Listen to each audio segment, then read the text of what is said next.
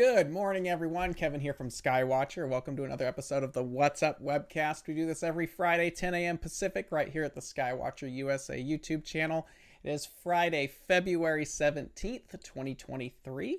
So thanks for hanging out with us this morning. Hope you had a good week and having a good start to your weekend. It's a little cloudy and windy here today, but yeah, so thanks for being here. Here at the What's Up Webcast, we talk about everything from what's up in the nighttime sky to equipment to helpful tips and tricks on visual and imaging. And of course, at the end of the month, we have a special guest on to talk about their specialty in the field of astronomy. So we try to cover the gamut here. If you like what you see here at the What's Up Webcast, please go ahead and leave a like on this video or any of our videos. And if you really like it, go ahead and subscribe. It lets us know we're doing a good job. I think we just broke 8,000 subscribers. So thank you to all 8,000 of you who have been a part of it. Let's try to get it to 10,000 and see what happens. But we do appreciate all of you hanging out with us on Fridays. It's a lot of fun. If you have any ideas for a future What's Up Webcast episode, please go ahead and email us at info@skywatcherusa.com. Title it What's Up and let us know your ideas for a future episode. So today we're kind of changing up a little bit. We're going to do Intro to Meteorites. For those of you who know me, I am quite interested in meteorites. I have a pretty decent collection of rocks that I lug around. But the reason I started getting into meteorites a long time ago was, well, first I thought they were cool. Anything space related is cool and fun. So I started acquiring pieces and I started bringing them out to my outreach events, and I found that it really closed the circle quite a bit for people. They could look through the telescope and they could see space. Then you hand them a meteorite and they get to touch and feel space. And it really came a long way. So I kind of expanded on that to where I have my displays that I have. I think I have some pictures of it in this presentation today. But anyway, if you're ever in Arizona and you're at one of my events, you'll probably see the meteorite displays that get lugged out with that too. But I've done this talk before for colleges, and I have done this for other astronomy clubs and programs, and it usually goes pretty well. So this is basically Intro to Meteorites, and just how to get started, understand what the different types are. I am in no way a professional when it comes to understanding everything there is about meteorites. There are people that know vastly more than I do. But this is just what I've scraped together over the years. And hopefully it's something interesting to you. So, of course, today, what we're really going to be talking about is, rocks and stuff. That is pretty much what we're doing today. Ultimately, we're talking about meteorites. So, a long, long time ago in our galaxy, our solar system looked like this. We basically had we were a nebula floating out in space.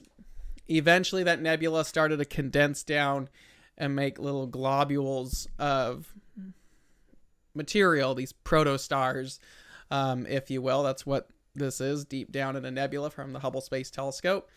And eventually, as that material comes back down, it starts to make a star. And once the star is created, it starts what's called an accretion disk, which is where all that material starts swinging around the central star of that area.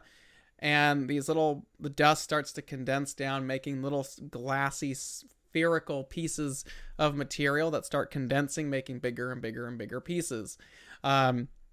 Now, those glassy little spherical pieces I'm referring to are called chondrules, and they look a lot like this. Chondrules are little tiny pieces of rock and material that basically compose up a lot of what are now known as Stony meteorites, and there are several types of them. We'll try to break that apart today, but this one right here is called a chondrite because of the large amount of chondrules that actually make up the meteorite itself. And that's kind of what the cool thing about meteorites is it's kind of a snapshot of what our solar system looked like millions of years ago, because a lot of this material hasn't changed in its time and its existence. So the cool thing about meteorites is it does give us kind of a a close-up of what things are like in various bodies in the solar system, and more of how our planet or the planets were created. And it gives us just some insight and helps us understand the creation of other solar systems, especially now with being a big scientific study being exoplanets. So the study of meteorites can help drive several different regions of science. It's also something that's just cool to collect. So there are different types of meteorites, just like telescopes. There are different types. Understanding the different types of meteorites, they all have different characteristics, which makes them very neat. And there's various characteristics of each one. Now, I will say there are 3 major types, and then within those types, there are several subclassifications of each of the 3 main types. We could probably do a presentation all day about the various types, so I'm just going to kind of keep it to the basics. If this is of interest to you, there's plenty of information online to start digging through it. That's kind of what I had to do. But it's kind of fun to sit and understand some of this stuff. So the most abundant of all the meteorite types are stone meteorites, and the subclassification that's the most common is the chondrites. Chondrite meteorites are basically, like I showed you before, they're meteorites that are they're stone meteorites that are composed of those spherical crystals known as chondrules. These have undergone very little change since they were formed in the early solar system. And in meteorites, there's a couple different categories. There's obviously the meteorite find, like if you find a meteorite, what type it is. And then there's also the witnessed falls. So you can find a meteorite, but no one may have witnessed it falling. However, meteorites that are found and also witnessed tend to be more interesting. People like that the story is there. So if it's what we call a witnessed fall, where someone saw it or it was caught on film or whatever, like the one back in 2013 that hit Russia, which is called Chelyabinsk, that was a witnessed fall. And there's been a couple recently that have been witnessed. But if it's a witnessed fall, those meteorites tend to cost more when you go to buy them, because there's more to the story. So with that being said, chondrites account for 94% of all the witnessed falls. So if you see a big old shooting star falling through the atmosphere, burning up, as I like to joke, like a small child's hopes and dreams, it gets the college kids laughing at least. That's probably a chondrite meteorite. Probably a stone chondrite meteorite is what you're seeing. Anything beyond that, you have 6% of the other witness falls account for the other types. So it's kind of a rare thing for it not to be a type of stone meteorite. So 94% of witness falls are stones, particularly the chondrites. Now, 86% of the amount of meteorite found on Earth is also a chondrite. So these are the most common, the most abundant. If you were to ever find and be lucky enough to find a meteorite, it's likely going to be a chondrite meteorite. Now, there are several different classifications of chondrites depending on what's in it and how that's what the classification is, how dense the chondrules are. There are also amino acids and organic compounds that can be found in meteorites, which make them very interesting. So like the piece that you see here on the screen, most of these pieces are pieces that are in my collection. And I think only one in this presentation is something I don't have. And real quick there, the picture there, you see the meteorite piece and you see a little 1 centimeter cube. That's pretty common in the world of meteorites. If you're buying meteorites or any of that, generally the 1 centimeter cube is there for scale. So it kind of shows you how large the sample that you're buying is, or at least gives you some kind of size in comparison to see how it is. So the piece that you see here is called Murchison, which is one of the most studied meteorites on Earth. It landed in Australia, and it is what's called a carbonaceous chondrite. These particular meteorites have the amino acids and organic compounds in them, and are generally fairly sought after, especially the scientific community, because it tells us a lot of different things about how life may have formed here on Earth. And it starts the conversation of genetics and a lot of things like that. They're actually relatively interesting. So this particular one, called a carbonaceous chondrite, is a subclass of the chondrites. But Murchison, like you see here, is one of the most studied because it contains some of the most abundant in amino acids and organic compounds out of all the meteorites found. There are other ones that are in this classification as well, but this one is highly sought after, and right now it's very difficult to find Murchison on the market anymore if you're buying meteorites. I had to jump through some hoops, and I think I caught it right at the end because I've owned this piece for, 8 years maybe not quite that, a while. But it was hard to find several years ago, and now it's almost impossible to find a piece of Murchison at this point. But that's Murchison there. It's one of the most studied meteorites on Earth, and that is a carbonaceous chondrite. You can see some of the chondrules in there, but it's a pretty cool thing. But it is an example of a chondrite meteorite. Now, another type of stone. So there are two major classes of stone meteorite: chondrite and achondrites. Chondrites have the little glassy spheres. Achondrites don't. They look more like gravel. Now, the nice thing about chondrites, if you're actually finding them out in the world, they generally contain some amount of metal, particularly iron, in them. So if you're actually out looking, you can use a metal detector, especially if you have a piece already. You can tune your metal detector to how much iron is on that particular meteorite. And if you're in what's called the strewn field is the impact area that a meteorite hits. So that's the field that you would go find it.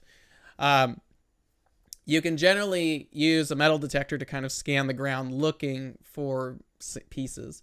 Now, the problem with achondrites is they have very little metal in them, so it makes it very difficult to use a metal detector to help find them. So you really have to know what you're looking for.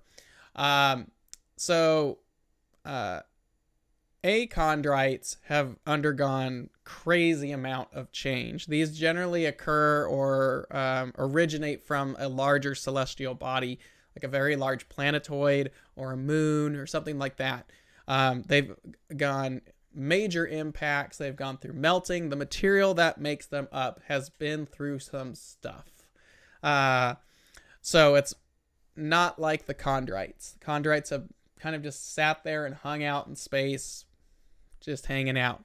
An achondrite has kind of been through hell and back. So, like I said, these are usually from celestial bodies like the planets or the moon, and they are very rare to find them. They're also very difficult to find because they don't have that metal, higher amount of metal in them. So if you're out in the field looking for them, it's way harder to find them.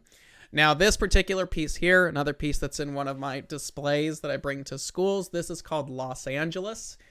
This is a Martian meteorite. So this is from Mars. It's blasted off the surface of Mars and landed here. Los Angeles is actually a pretty rare piece to find. Martian meteorites are usually pretty difficult to obtain. They are out there. They can be a little spendy because there's not a lot of material. I had the good fortune of meeting the gentleman who found the Los Angeles meteorite at Julian Starfest in California several years ago. I had a little tiny Mars piece, and then I met him, and he was gracious enough to make a deal on this larger piece. It's still it's less than a centimeter square, so it's still a small piece, but it's cool to have this. If you ever have a chance to see my meteorite displays, they're basically designed to be like a mobile museum for meteorites, where you can see a whole selection of different ones from all over the world and all the various types. But I try to make them relevant.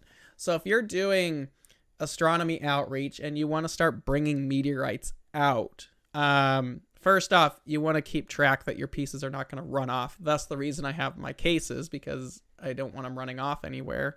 Luckily, I haven't lost one, knock on wood.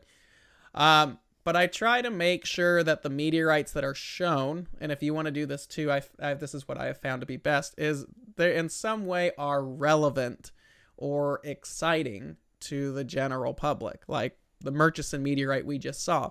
That one's cool because it has amino acids in it. You can talk about genetics. You could brings up the whole where life started on Earth conversation. It's interesting. Los Angeles is a big city, so that immediately sparks interest of why is there a meteorite named Los Angeles? And then to find out that's from Mars, just little tidbits like that kind of draw people in. And inside my cases, I have little business card sized cards that just have a little tiny paragraph kind of describing the cool things about the various meteorite sample that it's shown. And it works. People get a big kick out of it. It's just another thing that I've added for an outreach event where you get to see the telescopes and then you get to see pieces from space too. It's kind of neat. So if you want to start getting into meteorite collecting, you can do it on your own, of course. But if you want to get out and go share it with the general public, get some pieces that are kind of interesting. They have a little bit of a story behind them. So every meteorite's going to have something like that, but some are better than others that just kind of spark the interest at that point. Like Los Angeles. Why is it called Los Angeles? Oh, it's a Martian meteorite. How did we get it from Mars? Blah, blah, blah, blah, blah. Stuff like that. Make it interesting. The next one is iron meteorites. Now, this is the second type. So we have stone meteorites and we have iron meteorites. And then there's the third classification that we'll get into after that. Iron meteorites make up only 5% of the witnessed falls. So there's only about 2% left. These are obviously composed of iron. They're quite heavy and dense, like some people. But what's cool about iron meteorites is they're kind of what you think about when you think of a meteorite. This metallic-y looking thing that landed from space. It's kind of a cool thing. These generally come from the core of a large celestial body or asteroid in comparison to, say, stone meteorites, which come from the outer crust of a celestial body. So you have the outer layers, which is the rock surface, and then you have the inner core, which is mostly iron. That's where these iron meteorites originate from.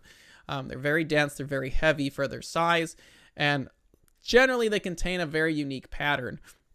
Now, the picture you see here, this is my largest meteorite sample. This is a Campo del Cielo meteorite from Argentina. These are no longer exported from Argentina. I think they made it illegal. So whatever material is out in the world is all the material there's going to be. Now, it is really abundant, but the price has definitely gone up. And the bigger the piece is, the cooler it is. I have this piece. Oh, God. Right here. Here's my piece. This is the picture or piece in the picture. This is a 17.5-pound piece of Campo del Cielo, which is a very big piece. Campos are like I said, they're very abundant, but the price has gone up. If you want one, the reason I have this large of a piece is because I wanted to give people some kind of scale. Like when you pick up a little piece, like a little crystal of Campo, it's dense. You can feel it. It attracts to a magnet. It's kind of fun to play with, but I wanted a bigger one to really get the point across. Now, this is the largest piece in the collection. I do have a smaller, like baseball-sized Campo, which was my first big piece. And that one's nice because, like I said, it's about the size of a baseball. It's like 5 pounds. I can easily put it in a little bag and I can tote that out of the field and let people hold it. This particular one doesn't come out that often. When COVID hit, the hands-on samples that I have kind of got stowed and just let the cases do it because the cases, everything is sealed. It's lit. You can't touch anything. I didn't want to be dealing with that. So the hands-on pieces that I have don't come out that often anymore, but this is the big one. But yeah, 17.5-pound iron meteorite is quite striking because when you see, or anything about this size, when you see it in person, you know, you can kind of envision a rock of said size isn't going to be that big or that heavy. So you're kind of thrown off when you see this sitting on the table and you pick it up and it's like, whoa. It's very heavy. It's very dense. I have magnets attached to it most of the time, so you can see that the magnets get pulled to the iron. It's just a fun thing to play with. But Campo meteorites are very abundant, so it's usually a nice piece to go after. But I bought this several years ago, 2015 or something like that at this point, maybe a little earlier than that. And that's when you could still get them. So the price of something like this, though pricey for what it was, is nowhere near what they are now, which I had someone offer to buy this from me for some other event this past year, and I was blown away with where the price went. And how much it's grown over the years. So, but iron meteorites are very cool. They're, you know, if you had to pick one that type that you're going to show, I would probably pick an iron meteorite. Now, inside of an iron meteorite, at least most of them, you had what's called the Widmanstätten pattern, which is this woven crystalline structure that sits inside of an iron meteorite. Generally, the way you cut a meteorite is with a diamond wire saw. It takes a long process, but generally you go ahead and cut it through there. And it's a slow process. But inside the iron, you have this crystalline structure, and that's called the Widmanstätten pattern. Now, this pattern that is inside there only occurs in zero gravity. This is when the metals are cooling over millions of years in zero gravity, and it takes usually 1 degree per million years, roughly, to form this pattern by cooling. And the thicker the lines, or the thicker the crystal pattern is, the longer it took to cool. Now, there are 8 different types of patterns in the Widmanstätten patterns, depending on what type it is. If the lines are fine, if they're large, or they're in the middle, whatever it is, there's different types. You can read about them. It just depends on what it is. Now, this one, there's a piece of Simchin meteorite. This is from Russia. Simchin is actually part of the 3rd classification that we're going to talk about in just a second. But there are pieces of it, like this one, which are mostly iron, as opposed to the other ones that have some of the stone material inside of it. But we'll get that in a little bit. Simchin is pretty abundant. It's a nice meteorite. I've seen jewelry made out of it and all kinds of stuff. So it's pretty interesting material. And I'm going to talk about some of this stuff in a little bit. There's a couple points I want to make that I've learned the hard way about. There's a question. Any idea how big was the Campo meteor that yours came from, or how big its crater? That's a good question. I don't know. Mine is a full piece. It wasn't cut from something. It's what we call an individual. Now you can get meteorites in different types, like the one you can get different pieces of meteorite differently. So there's what we call individuals. Individuals are basically, they found it and that's it. It's its own individual rock, if you will, as opposed to like a slice. Now, like what you see here on the screen there, that's a slice of Simchin. It's not the full individual. They had an individual, they put it under the saw, they sliced it up, and they sold it as slices. So if you're buying pieces, there are different types that you can get. You can get like an end cut. End cuts are pretty cool because you see the outside of the meteorite plus the inside. You can have a slice like this one, or you can have an individual. It just depends on what you're looking for. Individuals are cool because it's its own self-contained thing. It's like an original.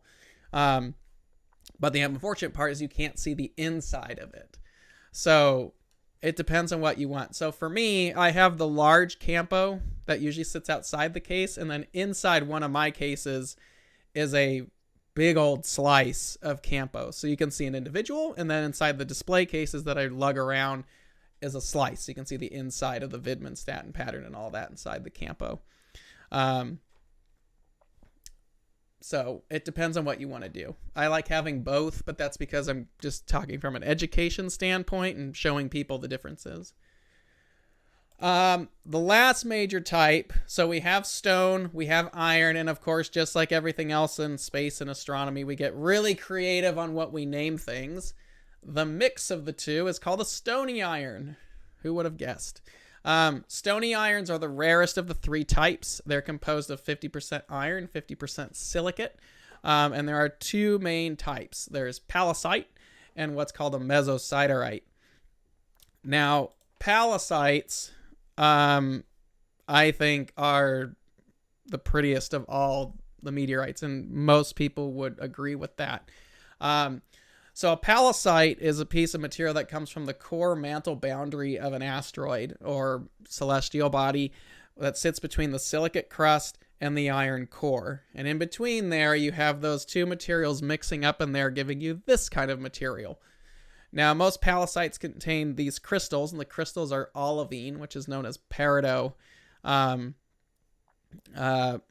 meteorites, they're generally more yellow than peridot, which here on Earth is more green. And when these are sliced nice and thin, they really look like celestial stained glass. They're very, very striking pieces of material. A lot of times you will find palisite in slices because everyone wants to see the gemstones. It's a little harder to find an individual in a palisite individual because you can see the stones coming out, but you don't get to see them backlit like this. And a lot of people like seeing them backlit. Now, I believe it says 61 here. There's a newer one that landed a few years ago called Saracho, which is pretty abundant. So I think we're up to 62, 63 falls for palisites. There's still the rarer of the three types of the stony irons are the rarer of the three. But palisites are probably the most popular amongst collectors just because they look awesome. Another one, which is the other side of iron meteorites, is called a mesosiderite. These are a stony iron, and these have, kind of like an achondrite, have been through a crazy planetary-sized impact. Two major bodies, colliding with each other and mixing iron material with silicates, and then you get this crazy stuff like you see here, and that's called a mesosiderite meteorite, which is a stony iron type. This particular one, I don't own this particular slice. I have a piece of one that's very similar. This is called Timbuktu. And I'm sure a lot of people want to know why you have all these names. Like the big crater here in Arizona, the meteorite that caused that's called Canyon Diablo. Then we have Campo del Cielo in Argentina. We have Gold Basin up in northern Arizona. We have Timbuktu, which is out, I think, in the Philippines somewhere. There's a lot of stuff from Russia because Russia is very large and abundant in landmass. So the way you get these crazy names is it's normally named for the nearest town or postal area nearest to the impact or strewn field for the meteorite. You can't go out and just find one and name it whatever you want. If you report that, it's going to be like, no, this is not Billy's meteorite. This is whatever the local region is. That's how it gets its official name. So the three types, you have stone, iron, and stony iron. Now, one thing I would pay attention to, especially if you want to start collecting meteorites, and this is very specific towards the iron and stony irons, is you want to get what's called a stable meteorite. Now, there are types of meteorites out there, because you have to remember these are very pure iron and nickel meteorites that they can rust. Meteorites can rust.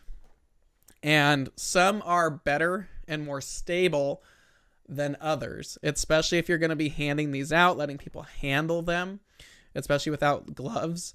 There are certain ones that are just not good for that environment. One of those, especially about if you're getting into palisite meteorites, one of the easiest ones to get a hold of is called brenham. which I believe is from Kansas, somewhere in the middle of the United States. Brenham is the name of that meteorite. It's a very nice looking piece of material. It is a palisite, so it's got the pretty crystals, but that stuff falls apart like that. It's not stable, and it just disintegrates. So you're going to spend a nice chunk of money on this piece. It's going to fall apart. My piece completely disintegrated. So I don't have a piece of Brenham anymore. And obviously, the more stable the meteorite, particularly the pallasites, are, the more money they're going to cost. So, like, if you want good pallasites, Fukang is like top of the list. Is big crystals, very impressive, very stable. So you have Fukang, you have Imelak. Imelak is a stunning piece of palisite, which is what this is. That's Brahine. I'm sorry. Brahine is from Russia. This is another one that's very stable and you can get in big pieces. So Brahine is very good. Admire, which is from Kansas. If you ever watched Meteorite Men, I think it was their pilot episode. The Alpha site, I think is what they called it. That is the Admire meteorite. I have a pretty decent slice of that in the cases. Admire is very stable generally. Brahine, like this guy, is stable. Simchin, which we saw earlier, which has gemstones like this, is stable. So if you're looking for pallasites and you're going to be buying from someone and you're new, make sure you're asking which meteorites are stable. It's the same thing with iron meteorites. Iron meteorites will rust.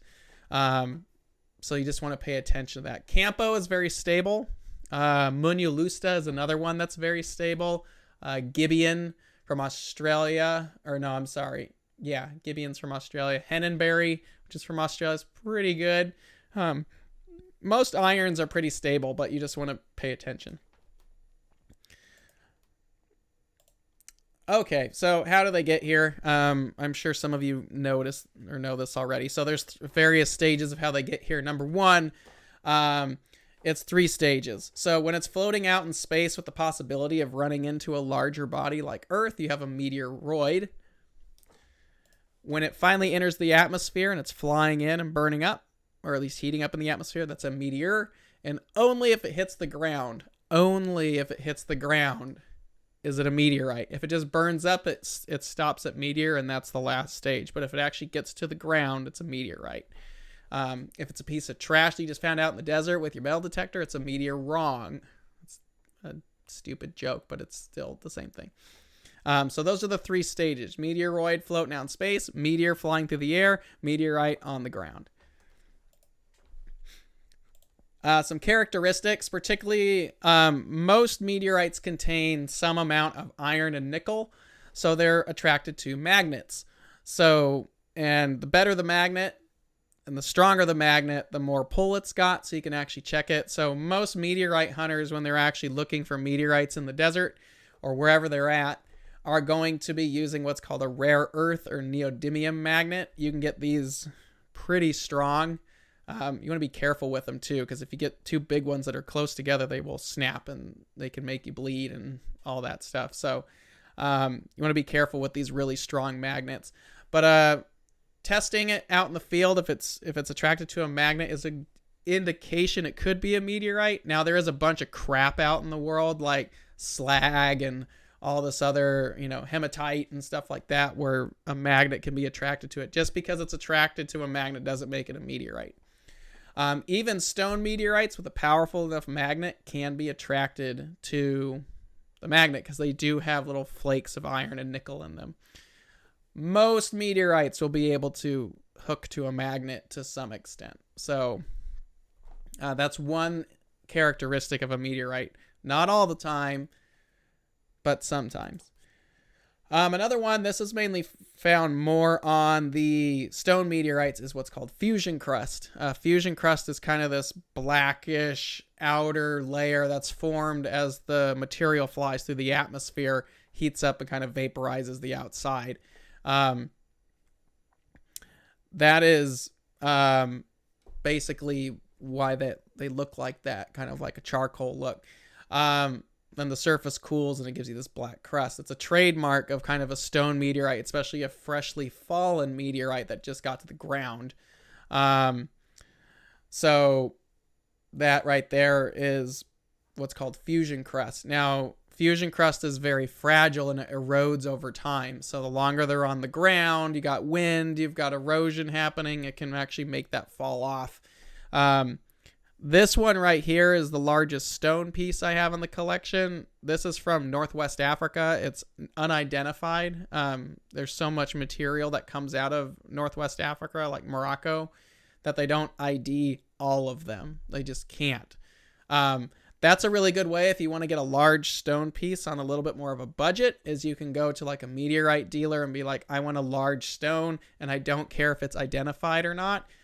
You can do like this one, where you can get a big chunk of it for not as much as it would cost like to have a full identified slice. So now there's some questions here. Any idea how big? Oh, that we did that one. An asteroid could become a meteor or a meteorite, but I suspect not all meteors come from asteroids.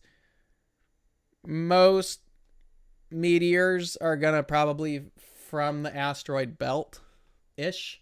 It's just rocky metal material that's floating around. So, but yeah, it could come from that. So, but most stone meteorites at some point have a fusion crust on it.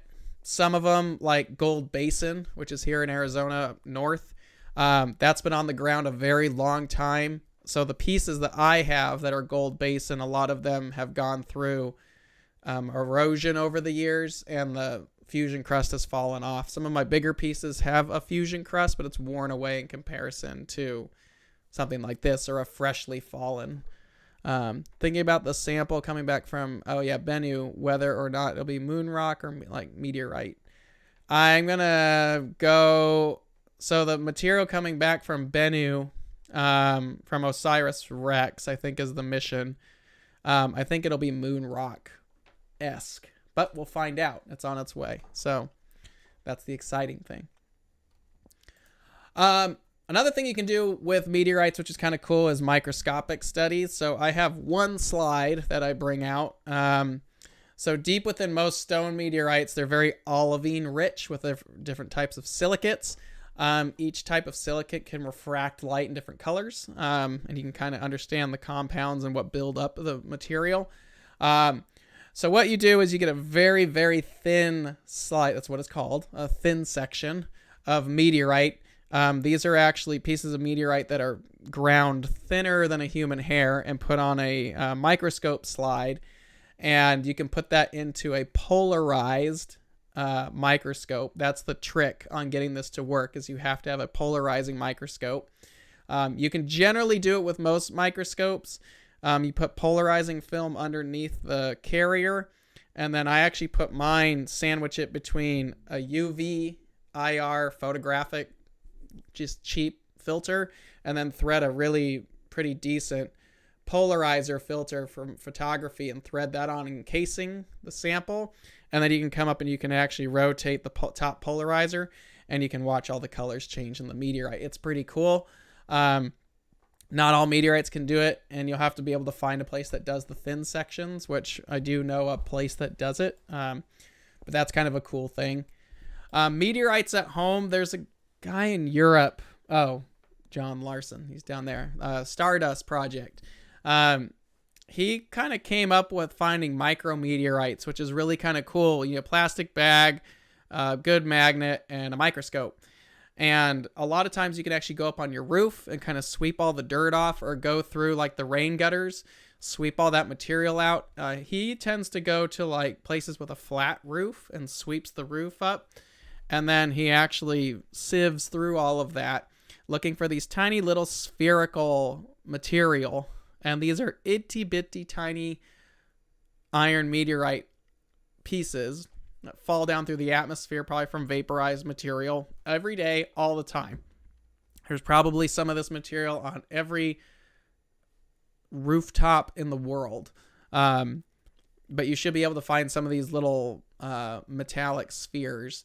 You do need a microscope to kind of go through them, but it's pretty cool because these are iron. They are attracted to a magnet. So you can go through so basically how it works is you sweep all this stuff up, whatever material is up there, you put it through a sieve, kind of shake it out, and then you run a magnet through all of that. And then you put it in a bag and then flip it out.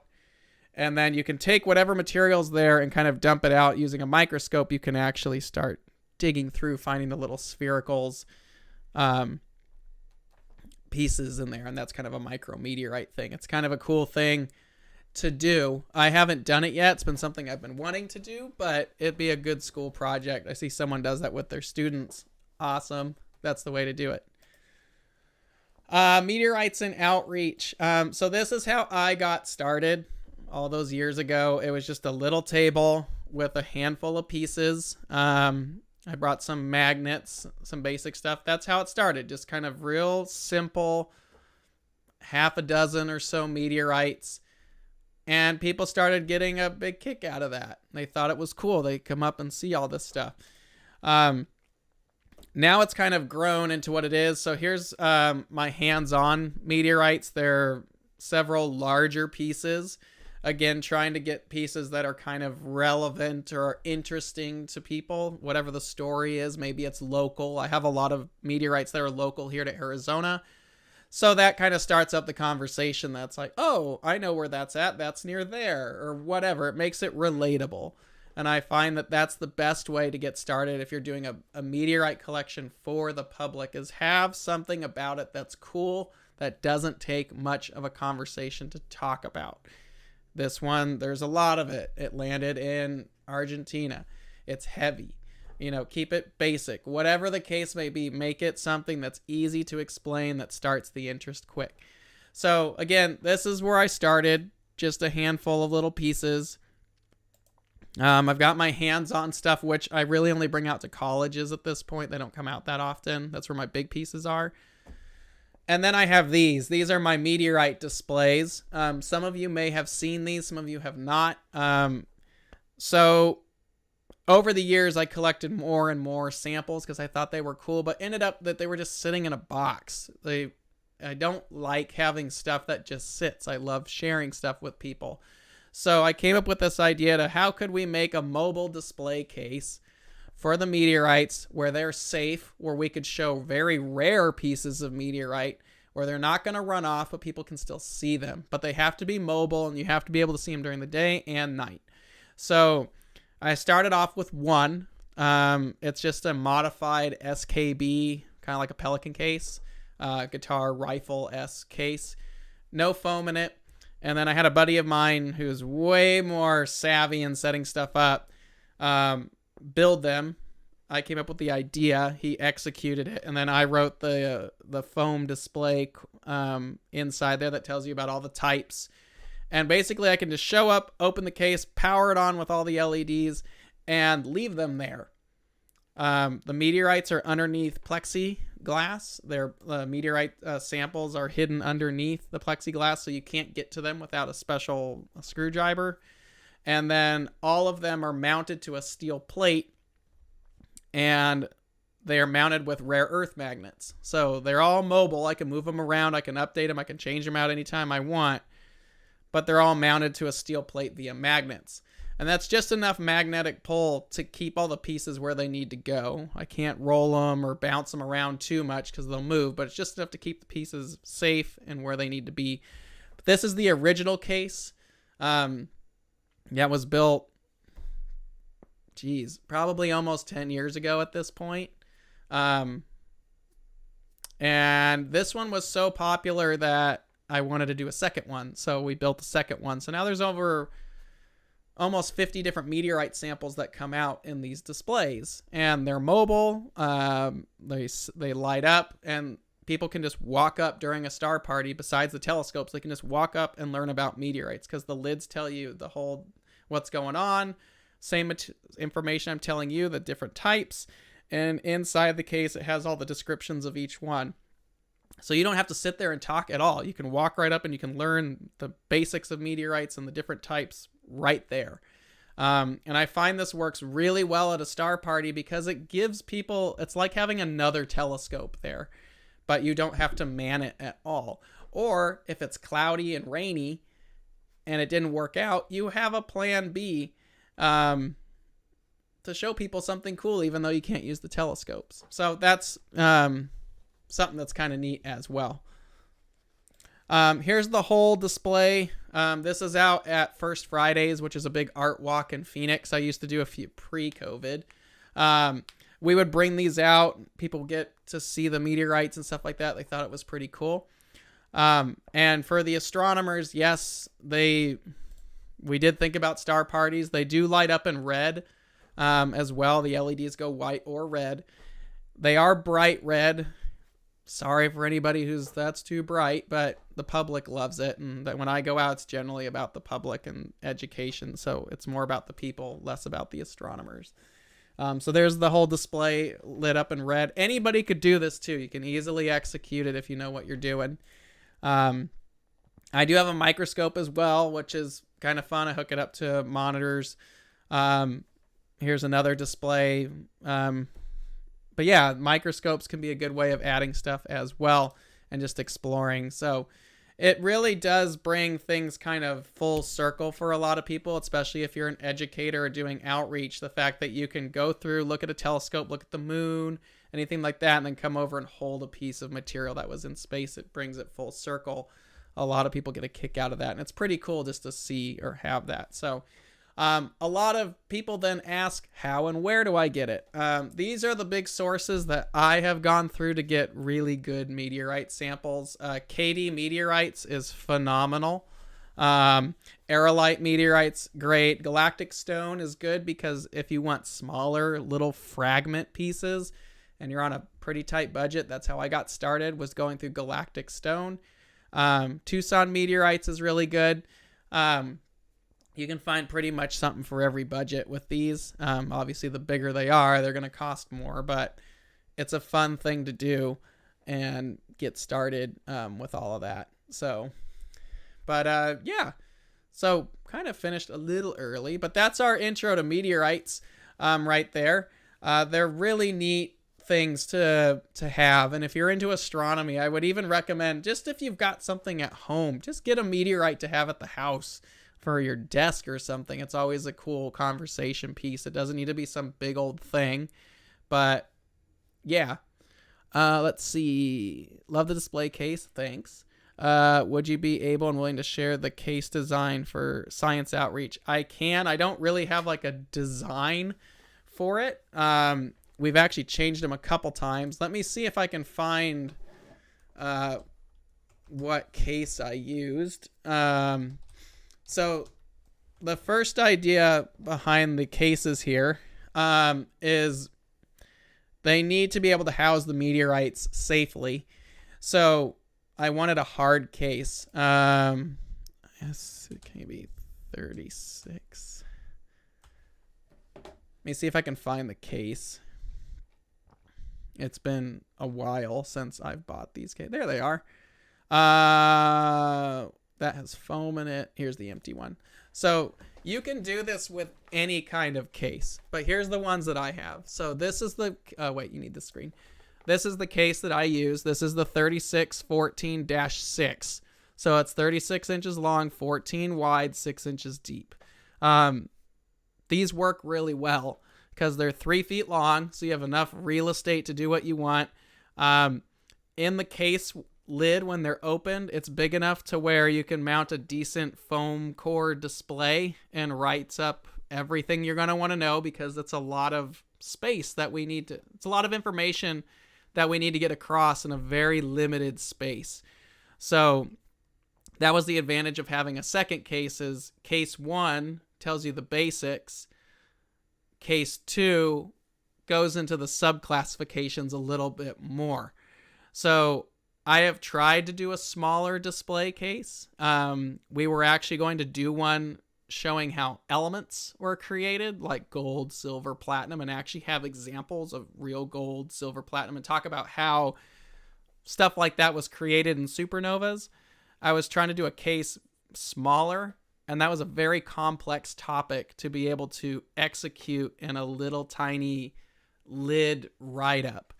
So I find that the 3614s like this, if you're going to do one, you want it to be big enough to where you have enough pieces that you can display. You could display some big ones, but have enough display in the lid to get across what you're trying to tell people. Because you basically want it to be self-sustaining. You don't want to have to sit there and answer questions. If you are standing there answering questions for people, that's a bonus. But the point is to just let it be self-contained and not have to be there at all.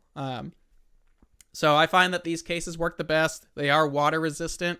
How ours work. So that's the empty case. You buy it, no foam. Inside the case, in the bottom level down here, right in the lower section, we have all the wiring.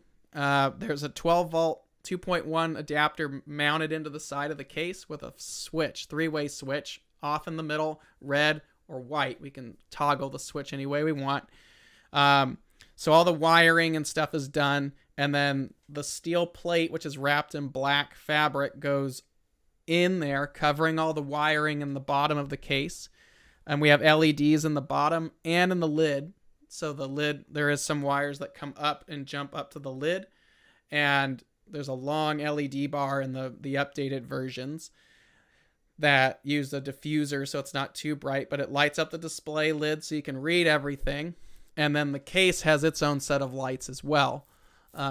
So the steel plate goes in the bottom, covering up all the wires, and then the fact that it's steel and it's covered in just black fabric to make it look nicer, but the fact that it's steel means the rare earth magnets can then snap to the steel plate. You can still move them around, but they're going to stick pretty well. And then from there, I can either mount the meteorite piece or a case that has little magnets inside of it and mount that direct to the steel plate. And then from there, I can put the cards in and stuff like that, move them around and do whatever you want. That's how I have those done. And then we just fold the lid down, lock it up, power off the lights, and you're gone. For safety and to get them off the ground, I have these little, I bought them from like Staples or something, just these cheap plastic, white little plastic tables that has very heavy duty Velcro on it. So Velcro on the top, and then the bottom of the case has the other side of the Velcro. So I can take the cases and they stick on top of these tables. So that way you can't just run off with the case and the case isn't loose. Because I have people touch them and move them and they would go sliding right off of a table if they weren't mounted. If I have a big enough table, like if I'm going to a school and I'm inside, I just bring the cases and set them on a desk. But for the field, we just have these little fold up cheap tables. They're like $25-$30. And the cases will Velcro to the top of those little tables so they won't move and they won't go anywhere and you can't walk off with them. They stick pretty good. But yeah, basically what we do is we come in for an event, we pop the tables up, take the case, stick it down, open it up, run the power cable. It just runs to like a Celestron power tank lithium battery. That's what I run them on. And turn it on. And they're done. I don't have to mess with the meteorites unless they got really joggled around and I have to go in and readjust them. But that's all it is. It's a 3614 SKB. The reason I like SKBs better than Pelicans is because the latches are nicer. They have these little spring-loaded buttons. You don't tear your hands apart like you do a Pelican. Pelicans are phenomenal, but for this, I like the SKB. But if you're thinking about doing one for yourself, you want to make sure there's enough real estate inside the case to showcase samples, pretty decent samples. You want it to be deep enough to where you could get decent samples in there, mostly slices and small individuals. My big ones are not going to fit in there, and they're too heavy and they're too hard to mount with that. But you want a case that's got enough real estate to show a variety of pieces and be able to get your point across in the display in the lid. And you could do this for whatever. Do this for meteorites. You could do this for minerals. You could do this for fossils. You'd have to figure out how to mount minerals and fossils because they're not magnetic at that point. So that becomes more difficult. But anyway, if you want to do it, I would get a case big enough and long enough to make it interesting. If you don't have enough real estate in the lid, you're going to be really pressed to have room to tell people what you're displaying and talk about the topic that you want to talk about. Because if you don't, then it's just a case full of rocks that someone's going to have to sit there and explain.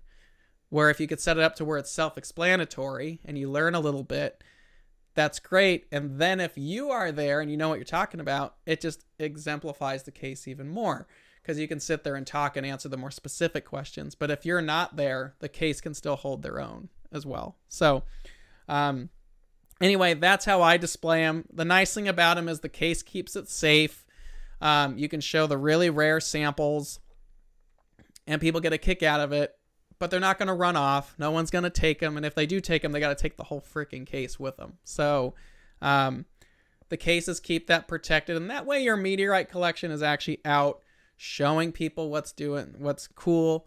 But I will say, if you're going to do a case like this, like I said earlier, you need to find pieces that are going to be stable or have them protected. So if you're new to meteorites, make sure you talk to someone like your meteorite vendor, like KD Meteorites or Aerolite.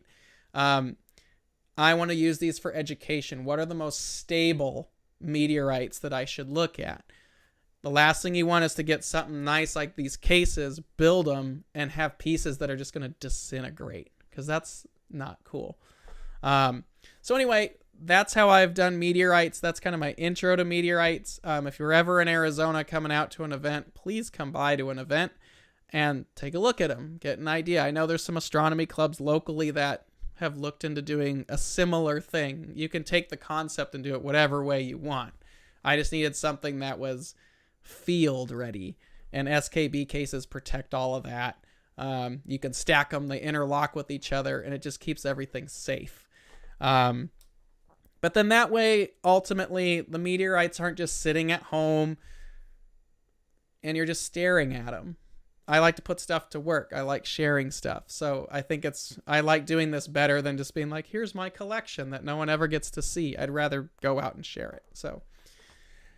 But anyway, your mileage may vary. I don't have a breakdown showing how we built them. I kind of wish I did to explain it further, but that's the case that we used. I've got 2 of them. But yeah. So yeah, that's pretty much it for this week. Next week is our special guest. We're looking forward to having them on next week. Let me see. I'm sorry. Let me pull some stuff up here real quick. So if you like what you see here at the What's Up Webcast, talk faster, can't I? If you like what you see here on the What's Up Webcast, please go ahead and subscribe, leave a like. Next week, we're going to have Athena Frost on. Athena is going to be joining us. She doesn't work for Fox Creative anymore. I should change that. But she is a Griffith Observatory guide. She's worked in astronomy for a while.